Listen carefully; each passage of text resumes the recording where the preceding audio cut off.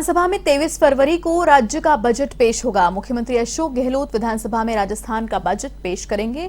इस आने वाले बजट से प्रदेश के सभी वर्गों को काफी उम्मीदें हैं। इसे लेकर शिक्षाविदों की राय जानी एवन टीवी संवाददाता बीके शर्मा ने। आइए आपको दिखाते हैं। हमारे साथ शिक्षाविदों का एक समूह है जो ज़्यादा करीब से और ज़्यादा गहराई से देश और समाज की ज़रूरतों को जानते हैं, समझते हैं। आइए इनसे आज जानते हैं कि कैसा होना चाहिए प्रदेश का बजट वर्तमान परिस्थितियों में। डॉक्टर प्रद्युम्न सिंह से शुरुआत करेंगे। नमस्कार। राजस्थान का जो बजट है वो शिक्षा में रिसर्च पे ओरिएंटेड होना चाहिए, क्योंकि जो भी यूनिवर्सिटीज़ हैं, जो भी कॉलेजेस हैं, उसमें हमें रिसर्च अगर डेवलप नहीं होगी तो सोसाइटी का डेवलपमेंट नहीं होगा। तो मैं चाहता हूं कि सभी इस साल का जो बजट आ रहा है राजस्थान सरकार का, वो रिसर्च ओरिएंटेड पे फोकस करे कि रिसर्चर्स को बढ़ावा दिया जाए। जो उन्होंने रिसर्च की है उसको भी इम्प्लीमेंटेशन के अंदर इम्प्लीमेंटेशन किया जाए और उसका यूज़ किया जाए, जिससे कि पूरी सोसाइटी का डेवलपमेंट हो। सर, क्या होना चाहिए इस बार बजट में? सर, मेरा तो इतना ही कहना है कि राजस्थान सरकार सभी काम बहुत अच्छे कर रही है। शिक्षकों के लिए सर, जैसे प्राइवेट मैनेजमेंट अपने लेवल पे खूब सारी तनख्वाहें बढ़ा रहा कर रहा है, लेकिन एक जो शिक्षा और सरकारी शिक्षक और एक जो प्राइवेट शिक्षक की जो सैलरीज का गैप है वो बहुत ज़्यादा बढ़ता जा रहा है। और ख़ासकर तो सर 5th और जो ये कमीशन आए हैं 6th, तो सरकार से यही है कि सर थोड़ा सा वित्तीय अगर सहायता प्राइवेट कॉलेजों को भी दिया जाए तो सर वो बेस्ट रहेगा हमारे लिए।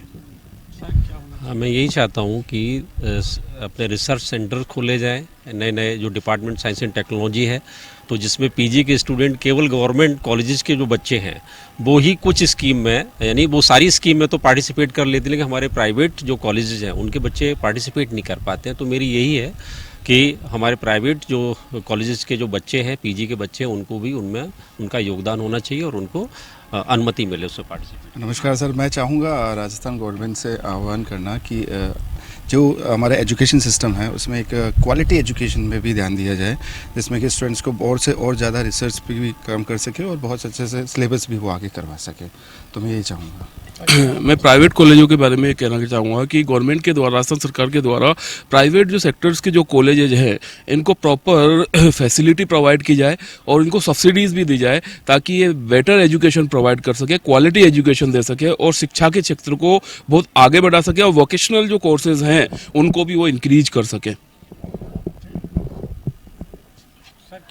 नमस्कार, मैं कहना चाहता हूँ कि राजस्थान सरकार संपूर्ण राजस्थान में 12th के बाद स्नातक स्तर पर एक कॉमन एलिजिबिलिटी टेस्ट लागू कर दे, ताकि सभी कॉलेजों की बराबर सीटें हैं वो भर जाए और ये जो अनावश्यक विज्ञापन पर खर्च होता है ना कॉलेजों का, वो रुक जाए और वो कॉलेज के विकास में लगे, बच्चों के एजुकेशन में लगे। तो एक कॉमन एलिजिबिलिटी टेस्ट लागू कर देना चाहिए। नमस्कार। एक एजुकेशन एक ऐसा माध्यम है जिससे पूरे देश और समाज का विकास होता है और इसकी मजबूत कड़ी होती है एक टीचर। तो सरकार को चाहिए कि टीचर के हित में कोई इस तरह की सब्सिडी या इस तरह का फंड जनरेट किया जाए जिससे वो बच्चों को एक और अधिक विद्वान और देश के हित में बना सके। धन्यवाद। नमस्कार।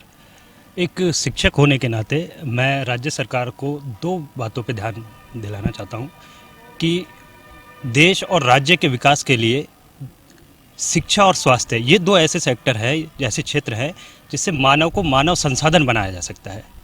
तो सबसे पहले मैं स्वास्थ्य की बात करता हूँ। स्वास्थ्य पे अभी राज्य सरकार बहुत ही अच्छा काम कर रही है, लेकिन अभी भी जो GSDP का लगभग 2% के आसपास जो है वो राज्य सरकार खर्च कर रही है, इसे लगभग 5% तक बढ़ाया जाना चाहिए।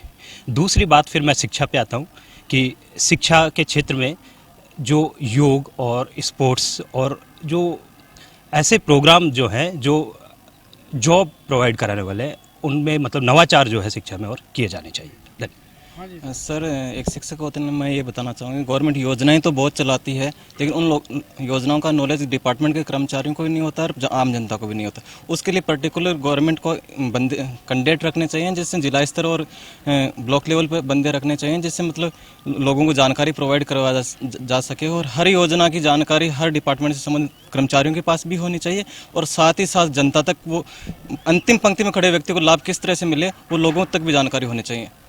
Thank you. धन्यवाद सर। मैं चाहता हूं कि बजट के अंदर गवर्नमेंट सेक्टर के साथ साथ प्राइवेट सेक्टर के अंदर भी सर इन्वेस्टमेंट आए, और कोरोना टाइम में सर शिक्षा क्षेत्र में प्राइवेट जो सेक्टर है बहुत ज़्यादा प्रभावित हुआ है, भले वो कॉलेज हो स्कूल हो, तो सरकार को जैसा पैकेज की घोषणा करे ताकि बच्चों को और टीचर्स को प्राइवेट सेक्टर के अंदर राहत मिले। तो यहाँ पर बहुत सारे सुझाव है, बहुत सारी ऐसी राय है सरकार के लिए दी गई है कि मुख्यमंत्री अशोक गहलोत इस बजट में इन प्रावधानों को करते हैं तो प्रदेश का विकास और ज़्यादा गति के साथ आगे बढ़ पाएगा। कैमरामैन दिलीप परमार के साथ बीके शर्मा, A1 TV।